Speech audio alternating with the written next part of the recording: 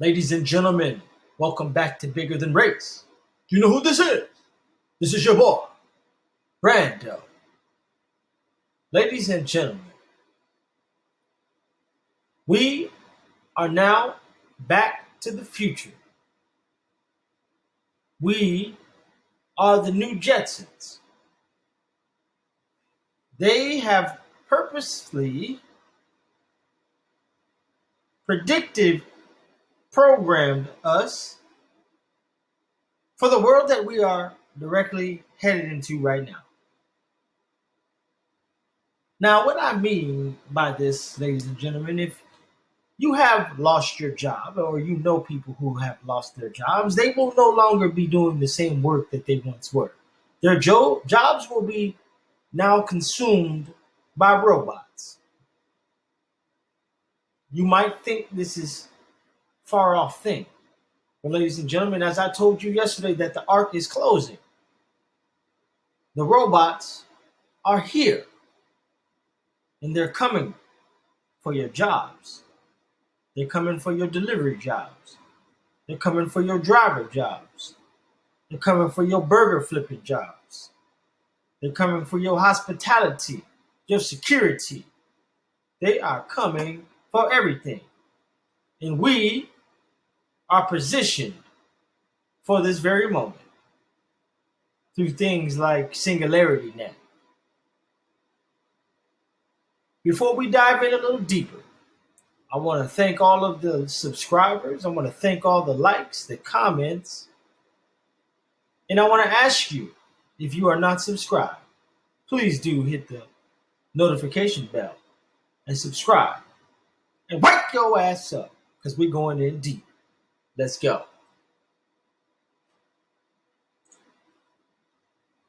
This is the first thing happening in Los Angeles, where I'm at. They're here. This shit. Yo, this is, y'all see that? It's Postmates. It's a robot delivering food. We gotta hold up. I gotta follow this shit.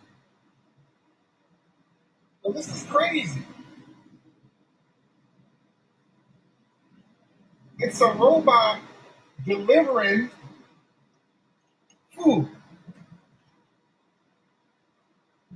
Go around, homie.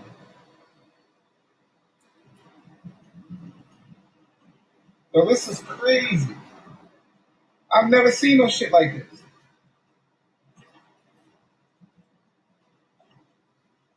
It's working by itself. It's delivering food. And there go another one right there. Yo, this about to put, oh my God, this about to put people out of business. Delivery drivers are about to be out of business.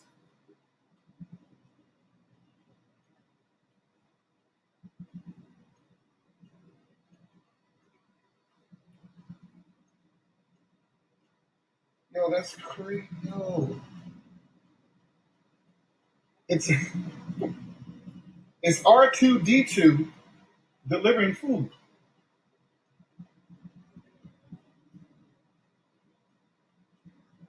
I'm tripping. Has this been going on for a while?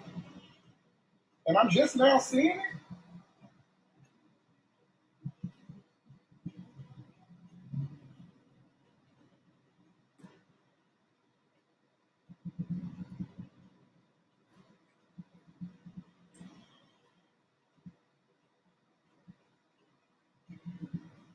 Yo, so it's right there. So now it's going, and I guess it calls the people when they get there.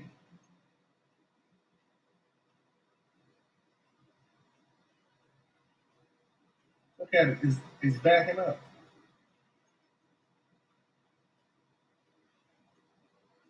So it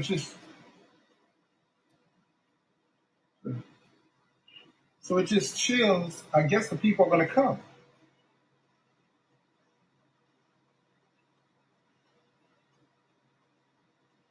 Yeah, man, delivery drivers is a wrap. Food delivery drivers is a wrap. And here go the guy right here. He's coming to get it.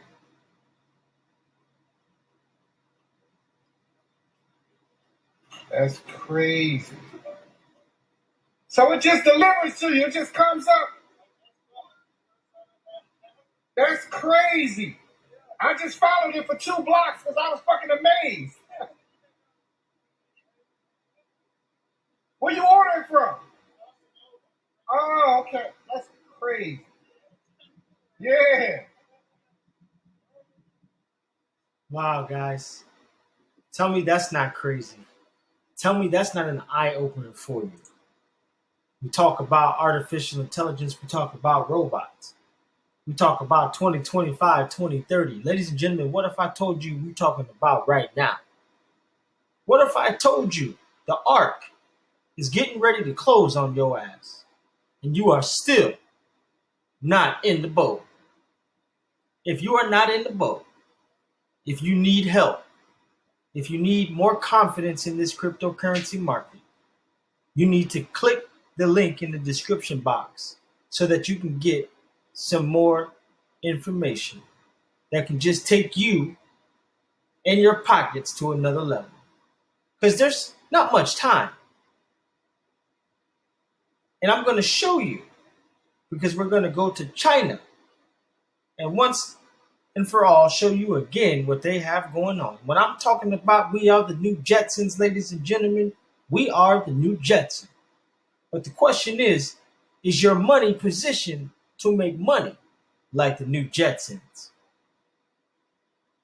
If you're not in certain cryptos, you're not on the boat. Let's go.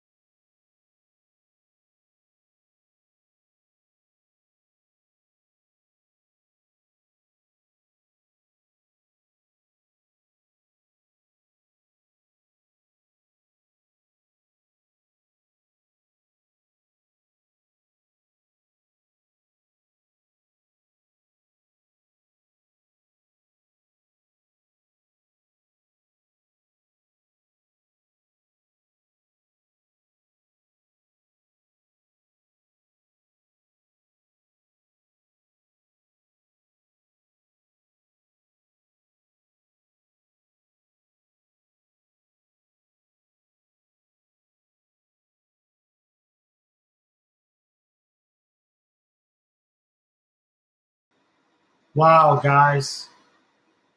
Just simply wow. I mean, I don't know what to even say about some of this. But what I can tell you is that all of this stuff that we are seeing now, some of the things that we have, as I mentioned, it was predicted. It was predicted back in the Jetsons in 1962. They talked about going to the future in 2062. But those same things that they have talked about that would be in 2062, we already have now. It says 12 cool technologies the Jetsons predicted for 2062 that we have right now. This fun family cartoon was ahead of its time. Technology is now ahead of its imagined predictions. The futuristic family cartoon, The Jetsons, premiered in 1962. It was set 100 years in the future in year 2062. We're over halfway there now, but surprisingly, many of the technologies they predicted in the cartoon are already in reality, while others are maturing quickly. Considering how we've already managed to achieve much of what was foreseen back in 1962 is an interesting lesson about the pace of change of technology, of digital technologies. Since we know that this pace is only quickening, imagine how far we will have advanced when 2062 finally rolls around. Video calls, robotic vacuums, tablet computers, robotic house help, Look at little Susie. Flying cars, smartwatches, drones, holograms. Look at this. 3D printed food. In the picture below, we see the Jetsons sitting down and selecting which foods will be magically printed via their futuristic food making machine. Seemed like 3D printed to me. Wow. This is crazy. The pill cam, jetpacks, flat screen TVs. It's crazy, ladies and gentlemen. It is crazy. And even to look at it more, what we see, satellite dress shop, satellite, everything with space, shopping center. Looks like some of the restaurants that's going to be in the Phoenix. Huh. Connections, connections, connections. 6 degrees of separation. Look at the robot. Cleaning. It's crazy. It's crazy. But this is the world that we are living in. Because now, this video is going to share with you about the digital economy, the digital future, how we prepare for it. If it's happening in China, ladies and gentlemen, it's getting ready to happen here. I just showed you the Postmates delivery robot. You've seen a couple of them on the streets. Now, what's going to be in your neck of the woods, roaming the streets? Let's find out. Here I am at the Argentinian embassy in Beijing. And Argentina, as this year's host of the G20 forum, says it aims to make sure that everyone embraces new technologies and that no one is left behind. Well, it got me thinking, how do they do this? Where do they start? Perhaps China could provide some clues.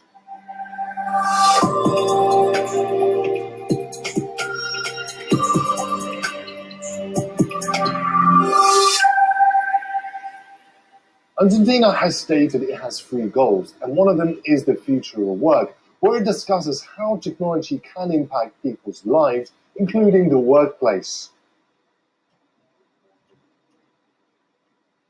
So why is China the best place to start looking for answers? You are literally surrounded by tech innovations right, left, and center.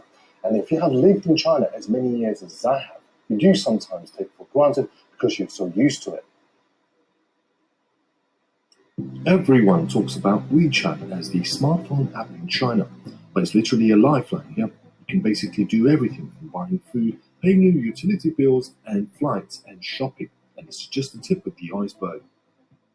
My argument is that there's already a foundation of a digitally integrated society. That means if you live in China, you are already seeing the potentials of a digital future. So, what does it look like so far? China's first smart park, created by Baidu, lies on the west side of Beijing. Since opening on November the 1st, it has become a place to relax, unwind, but also to experience the country's latest AI innovation. So before I enter the park, I have the option to let them take my picture first.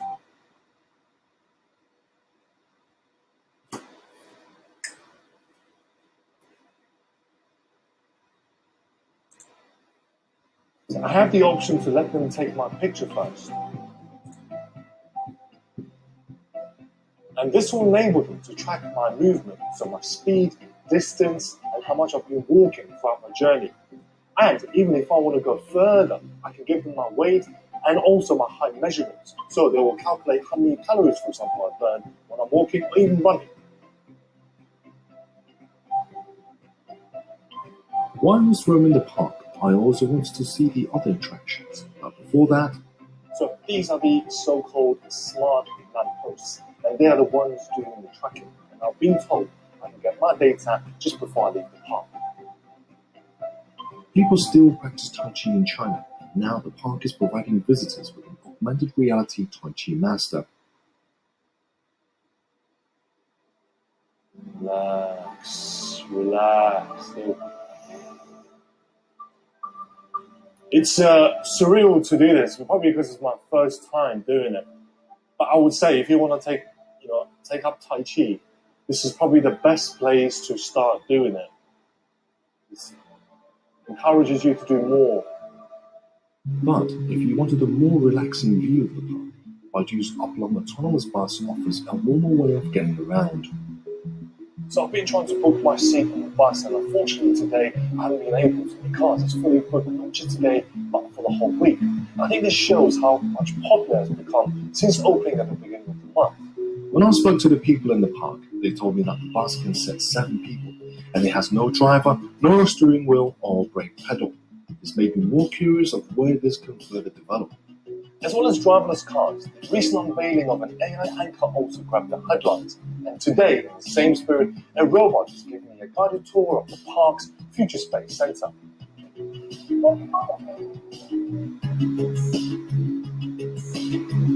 我是小鹿，我可以为大家讲解展厅，接受海边公园的景点，还可以为大家拍照。当然，我还会做很多小评分动作呢。Salut, nice to meet you. I'm trying to speak English. If it works. Okay. Alongside the Xiaoju robot, the Future Space Center features virtual reality, where I can expect to follow myself in the dinosaur museum to smart device and more. One of the fascinating things about the Future Space Center is that there is a facial recognition technology. So, for example, when I look at the screen, if I make facial expressions, like smiling, they will do the same too, as you can see. So laughing loud. If I tilt my head to my left or to my right, you can see it flips. It follows all of them 4. So after seeing all of this, I think the park is a microcosm of China's artificial intelligence headway in autonomous vehicles, in robotics, and facial recognition technology. So getting the results of my short stroll in the park kind of made me want to come again. It ended up being quite motivational. At a recent event, Baidu's CEO and chairman, Robin Li, unveiled plans for autonomous driving, connected roads, and efficient cities. So far, Beijing and Shanghai are the pilot cities for using urban management technology. So AI is China's latest chapter in further defining the country's digital economy. But what defines China's digital economy in the first place? China has embraced digital economy very much. According to a report, we have like 30% of our GDP is digital economy. That's a very big amount. So to make it in detail, I think the digital economy is composed of 2 parts. The first part is digital infrastructure part. Second is about digital enabling parts. So I think that the key successful or critical factor for digital economy is the digital enabling parts. Because digital economy, like a platform, could make a lot of offline business online, could smooth the business process, so which enable a lot of business more successful to help to benefit the customer. In the news, we always hear about Baidu, Alibaba, and Tencent. But what is their role? BAT help a lot transfer China from traditional economy to the digital economy. They are more like the digital infrastructure provider.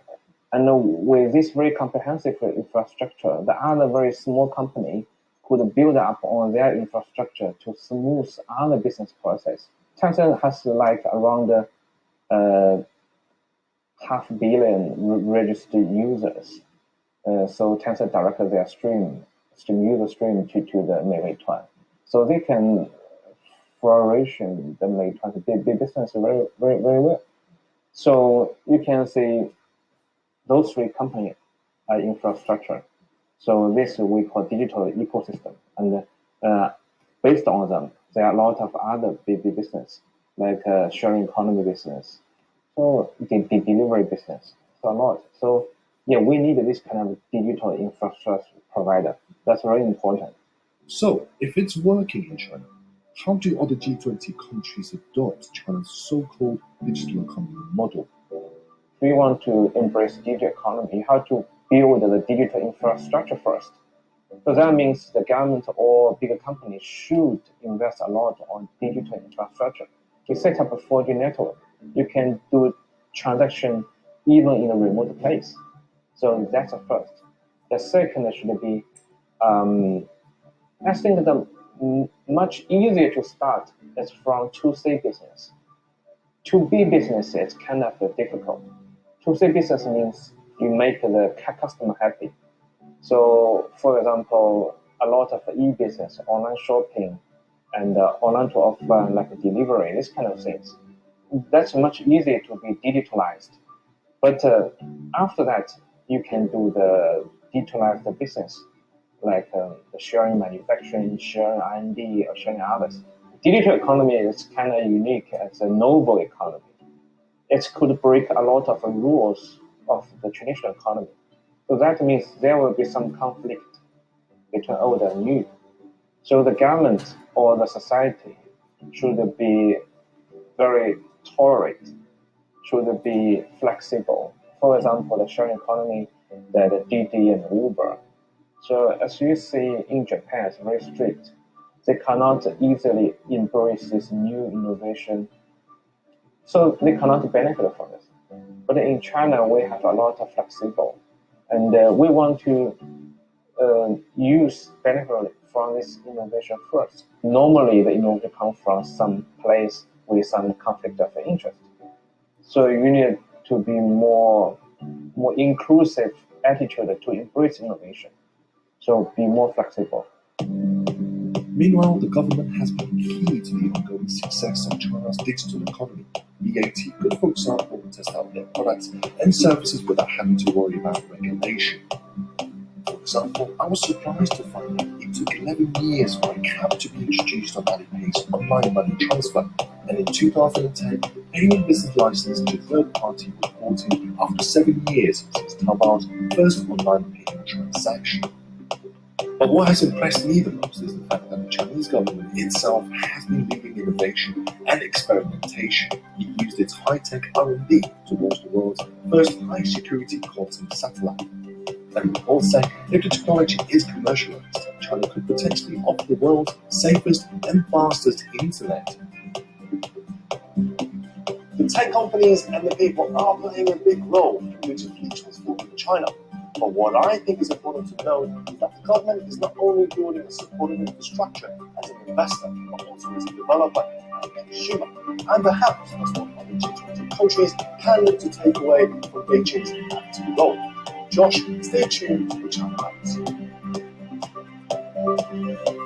Ladies and gentlemen, you see it. It's here. It is here. And one thing that you don't see now, that you soon will see, are drones. Ladies and gentlemen, there will be drones that will be delivering your packages, watching you, bringing you snacks, doing things you never thought they would be doing. And I want you to know that is also right around the corner, ladies and gentlemen. And I want you to see this beautiful display of drones putting off a wonderful light show. And you know this is happening in China. Let's go.